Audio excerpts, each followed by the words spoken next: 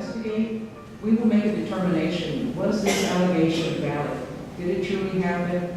Was it possible that it occurred this way? Is it not likely that it occurred this way? And then we will make a decision if we're going to continue the case. If we're going to continue the case, we're actually going to be able to provide services for this person. The department offers an array of services through emergency funding that we have. It may be a simple service such as purchasing emergency medication for that individual, or maybe something more extensive like they need a ramp in order to get out of their house, and that's why they haven't been going to the doctor in 5 years. It may well be a case of hoarding, animal hoarding, or animal collecting, or the hoarding is up from the floor to the ceiling with all kinds of clutter and things, and they may need a heavy house cleaning. So it really just depends on the type of situation. In exploitation cases, we have very specified services that we can offer. We can work with that individual for legal services. We can help them with trying to repair and their credit at some point. Sometimes we've been able to work with an individual because they signed a document and now their house no longer belongs to them. And we may have to seek legal counsel to try to get that house back in their name. So there's a number of services that we can do. It really just depends on the individual case. And this is kind of a diagram of how we do our service delivery, what that means, who we use in the community, different resources. We have legal options for us. I want to talk a little bit about the perpetrators, the type of perpetrators. We have a very specified group of people that we can investigate. The first group that I want you to be aware of, that some folks may not know, is that we actually investigate allegations against the paid caregivers. Those individuals that are for home health agencies that are employed by this agency to provide care for this individual. If it is alleged that they are abusing or neglecting or exploiting the client, that is something that Adult Protective Services will investigate. People may not know that that belongs under our jurisdiction. But paid caretakers. There's also the unpaid caretakers.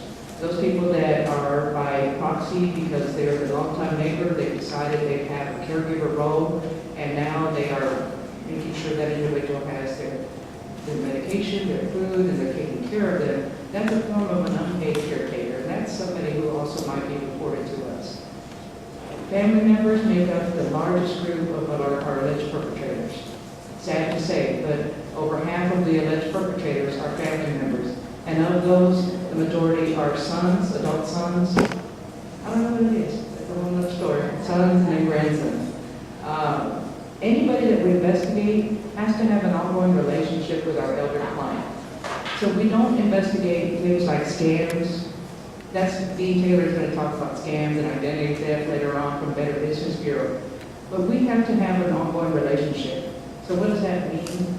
Well, it's an expectation of trust that I, as the client, have an expectation that you are going to either bring me my medication, make sure I have my food, take me to the doctor, you're handling my finances. There's this expectation that we have an ongoing relationship. You are my caregiver. That's what I expect. That's what you expect. We have a relationship. Even if it's a family member, you have a role to play. For most of the time, in the last 6 months, I've been my mother-in-law's caretaker after she broke her hip. And it's a relationship, I'm her daughter-in-law, so I'm her caregiver. It's just kind of, you assume that role, right? And no one ever trains you about that. It just kind of happens. So that's the kind of relationship that we have in terms of who do we investigate as far as perpetrators. There's a little bit of difference in terms of how we investigate them, and this is for your information, and again, I think I made it too small even for me to read, so I'm going to tell you the main difference is between paid and unpaid. And this is why it's important to realize that we do hear your concerns, and as you said, ma'am, about the immunity, that's something for me to take back. But one of the things that we heard in our department was we need to have a difference between paid caregivers and unpaid caregivers. Because for the longest time, our department had the same rules for everybody. And if you're a paid caregiver, it was our belief that you should be held to a higher level. If you're being paid for this service, you're employed to provide this service, then we should hold you to a higher level than someone who all of a sudden becomes a caregiver and may not have been ever trained, doesn't really know how to transfer somebody, doesn't know how to move somebody from a wheelchair to get them bathed, do these other things. And if you've ever been a caregiver for someone or a family member, you know how difficult it can be. And especially if you've never been trained, it kind of just happens, right? All of a sudden you're the caregiver. There's an injury, there's an accident, and now you're the caregiver and you're responsible for this. And I never was trained on how to transfer my mom-in-law from the wheelchair to get her bathed. You know, they kind of give you some lessons in the hospital, but a lot of it is kind of like, well, I'll figure this out. I kind of know what I'm doing. Well, that's different than being a paid caregiver, someone who's getting paid for this service. So what our rules were changed, and now we hold the paid caregivers to a higher standard. If there's injury or there's something they did that could have caused injury, that's considered enough for us to pursue them for abuse, neglect, or exploitation. I'll give you an example. Well, sometimes we'll have a caregiver, a caregiver, who was supposed to get the medication for the client. Well, she forgot, didn't get to the CVS in time, it was a weekend, they closed early. It was another story, another story. Well, next thing you know, it's 5 days and the medication still hasn't been picked up. Finally gets the medication, gets to the client, and there's really no injury or harm to that individual because it wasn't like a life-sustaining medication, but something could have happened to that person. And that was irresponsible of that caregiver to let that client go that long without her medication. That's an example of something that while something didn't happen to that client, it could have happened. And they're paid to take care of that person, and it's our obligation to investigate them. So if you know people who are receiving services from a provider agency, even if it's private pay, we have an obligation to investigate them if they're not providing the appropriate care. So here's some thoughts about the caretakers that are not doing well in terms of protecting their senior or the person that they're supposed to be caring for them. Here's some things that we see, and we kind of touched on this already. Sometimes our caretakers or our perpetrators, they prevent the victim from speaking or seeing visitors. They'll say, oh, she's asleep. Can you come back later? Even when you go back, she's still asleep. She just got into the bath. She's just eating. They continuously make up all these stories, or she's not here, or someone took her to the doctor. They're preventing you from seeing that person. They have anger or indifference to the client. Sometimes they have aggressive behavior towards the elder victim. They're actively being aggressive the way they speak to them. They're threatening, they're intimidating. They may have a history of substance abuse, mental illness, or criminal behavior, or there may be some family violence in their history. Not everyone that has mental illness obviously becomes a perpetrator of abuse or neglect. But what we have seen in our research is that the perpetrator usually has a combination of something, of substance abuse, mental illness, or some other type of criminal behavior that leads them to believe that they can be perpetrators on a vulnerable adult. One thing in there, family violence, if they have violence towards more to their partner, their wife, their partner, their children, animals, there's a link in there that they have this issue of power that they try to exert over people who are more frail than they are. The lack of affection towards an alleged victim, we're talking about them as a burden. I'm here, or this is the person I'm taking care of. Those are some of the characteristics that we've seen in working with people who are perpetrators. Now to the meat of the matter, right? That's what you're looking at your box thinking, when are you going to talk about exploitation? Well, now. We're going to talk about exploitation. So how do we define financial exploitation? Well, this is from our state laws, our state statutes that was changed about 2 years ago to actually broaden the statute more so that we can address some attempted exploitation cases. So what we see is that financial exploitation is defined as the illegal or improper act or process of an alleged perpetrator. We talked already about who an alleged perpetrator is, a caretaker, somebody who has an ongoing relationship, where they use or they attempt to use the resources of the alleged victim, including the victim's social security number or other identifying information, for monetary or personal benefit, profit, or gain, without, that's the big issue there, without the informed consent of that alleged victim. That's a lot to say. It's a lot to remember. The important piece about this as far as the definition, the perpetrator attempts to use or uses that person's resources, even attempts to use their social security number. Here's an example. How many of you in the mail usually get, 2 to 3, maybe 4 or 5 requests or offers for credit cards? You ever get some of those requests? I used to get happy when I was younger. I said, ooh, a credit card. I mean, like, you know how you feel the envelope and it'd be like, oh, I feel a credit card in there. Ooh, shopping. Not anymore, right? I'm older and wiser. But what we have seen, and I'll give you a good example of how someone used that social security number. There was this grandson of one of our elder clients. She was about 79 years old. They lived together, and what he liked to do is get the mail every day. Well, he loved getting the mail. He'd get that mail and hoard it all up, and what he was doing was applying for credit cards using grandma's social security number. He had all kinds of lines of credit. He knew her social, he knew her date of birth, obviously, had her access to her driver's license, and he would sign her name on the applications. Well, it wasn't until granddaughter kind of figured out one day at the house, saw all this piled up mail, and realized the number of bills that were coming in. And then granddaughter, turned to grandma and said, what's happening here? Can I open this? Unfortunately, grandma was already showing signs of some dementia. She was already showing signs of being impaired. She had no objection to granddaughter opening this.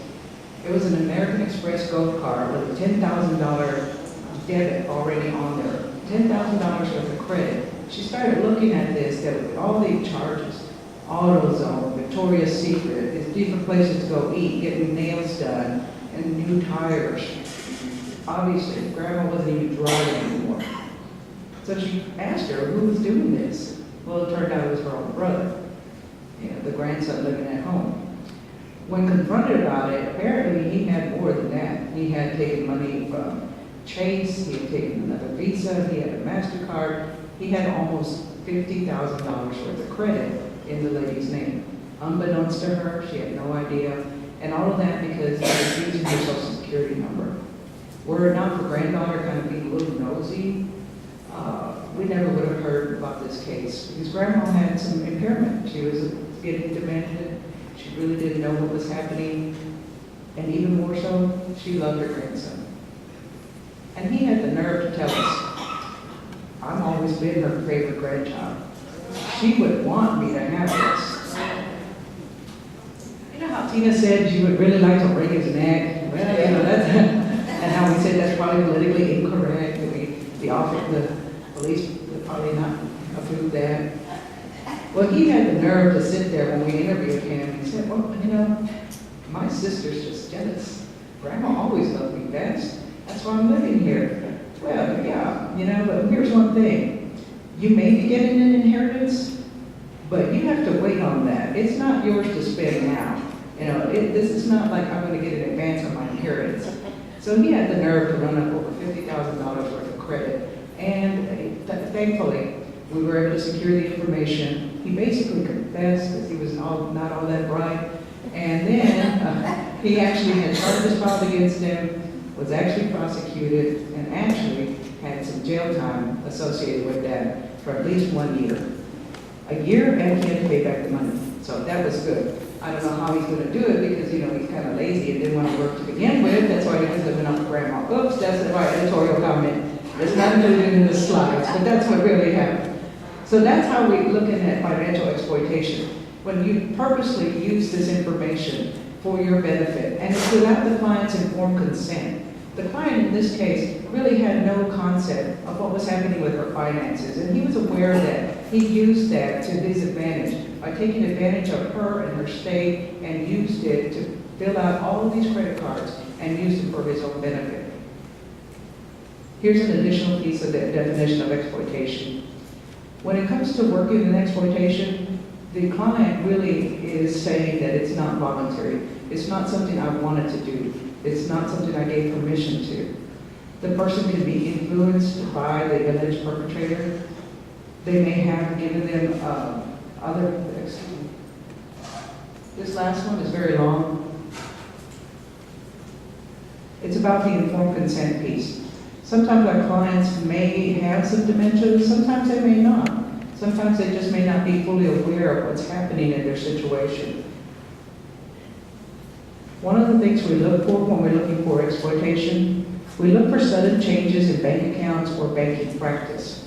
And if any of you work in the banking environment or know people who work in the banking environment, one of our target areas is to train banking personnel about what to look for when they see elder clients coming in that they've known for many years. Many times they have a really long relationship because they dealt with that same branch forever, and they know them. And so when they start coming in and ask for $1,000 cash, one of the questions we're asking them to really be nosing, but it's still within their right.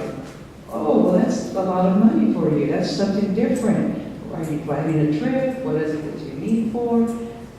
Use whatever information you can do to try to get that person to be more open with you. Sometimes some of the bank tellers will say, well, you know, that's an awful lot of money. I'll need to talk to my manager. Can you wait right here for a minute and alert them that something just doesn't sound right? This is particularly important when you see somebody come up with the elder and it's a person you don't know. Maybe it is the grandson. But all of a sudden you start seeing this happen week after week after week. They're always taking money out when they never took any money out before. What are they using all this cash for? What do they need the cash for? The unexplained withdrawals of a lot of money. When the person accompanies them, it could be a grandson, it could be a stranger, someone that for some reason is having an undue influence over this individual. Unapproved withdrawal of funds using the ATM card. Again, we're only going to really find that out if the client is able to share that information for us, or if a family member is interested and looks into their banking statement and figures out why are all these withdrawals happening. One of the cases we worked recently, the provider, a home health provider, was given the debit card by the client to go to the Walgreens and pick up a script. Well, she did that, used the card, but on her way out, she stopped for some cigarettes and $20 cash back while I'm out of there. Well, she didn't realize that Walgreens has cameras watching it. Walgreens has cameras. And it was a good thing in this situation because we could see where she was obviously sliding that card, getting the money back. And it was $20 this week, $20 the next week, $20. Now, $20 doesn't seem a lot when you're thinking about the $50,000 that other lady lost. But when you get $847 a month or $500 a month, whatever your pension is, 20, 40, 60, 80, 100, that adds up. That's a lot of money. That could be a difference in buying medication or going without. So that even it could be millions of dollars, like what happened to Mickey Rooney a couple of years ago. You may remember that Mickey Rooney was a victim of financial exploitation. Do you know who Mickey Rooney is? Of course, right? We all know Mickey Rooney. Well, 2 years ago, he was a victim of financial exploitation of millions of dollars from his own son and his wife. And so if it can happen to a superstar, millions of dollars, up to $20 for every time the person was going to Walgreens. Unexplained missing funds or valuables. That's another form of exploitation that we often see or often get reports on from our clients, that the person is in the home and they have all of a sudden their jewelry seems missing, or they don't know what happened to their medication. It could be lots of different things that might happen to the person to make them think that they're being exploited. Unpaid bills despite having enough money. I like the third bullet. And I'm almost running out of time. I think Lisa's going to give me the high sign. I like the third bullet because it makes me laugh sometimes. Like all of a sudden, the previously uninvolved relatives, they start showing up and they start claiming their rights to a person's affairs or possession. Sons, daughters, grandchildren that they haven't seen in years when grandma was doing well. Now that grandma's doing poorly in health and maybe be a little demented, hears about this, and all of a sudden these folks start showing up.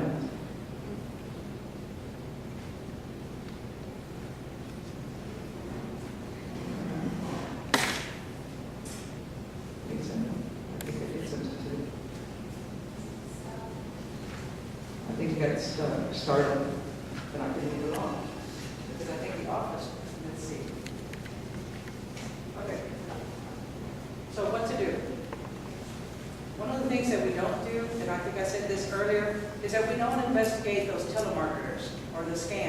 That belongs to other folks to investigate.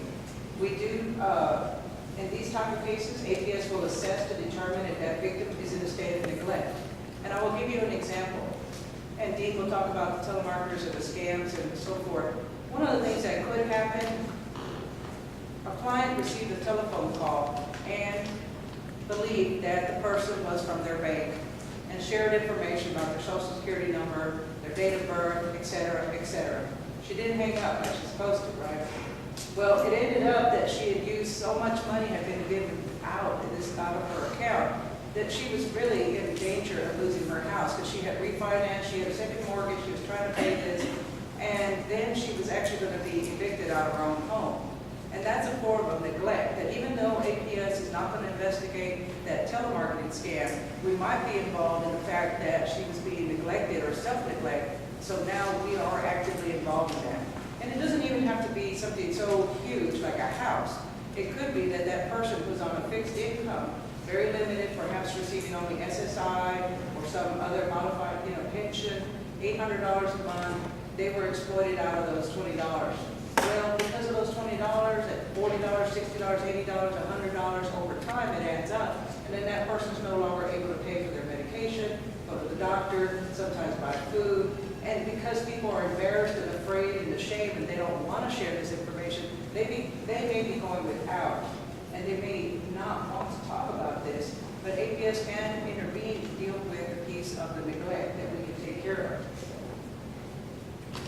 So what are we looking for at APS? Primary goal, is the client safe?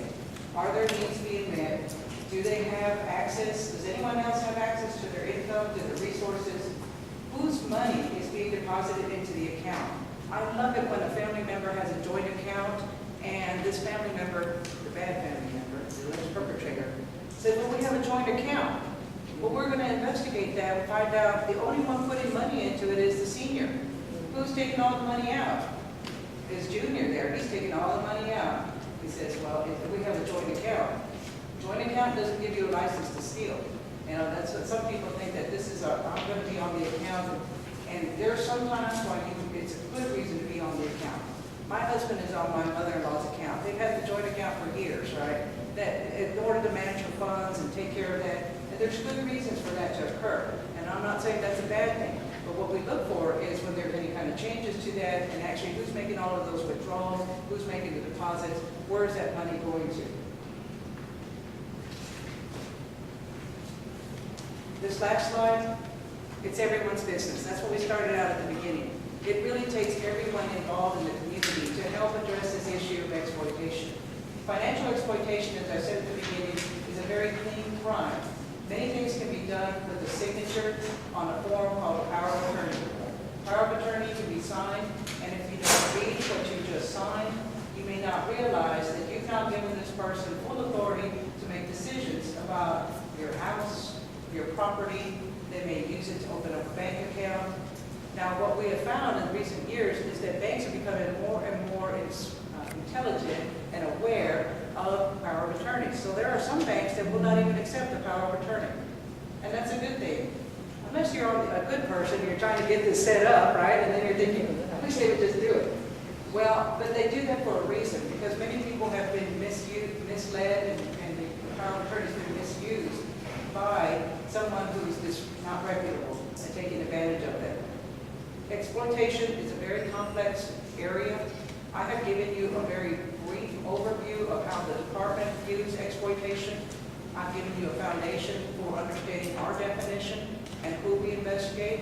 So as kind of a summary, we investigate those allegations against paid caretakers, unpaid caregivers, family members, and anybody who has an ongoing relationship with the elder or the person with a disability.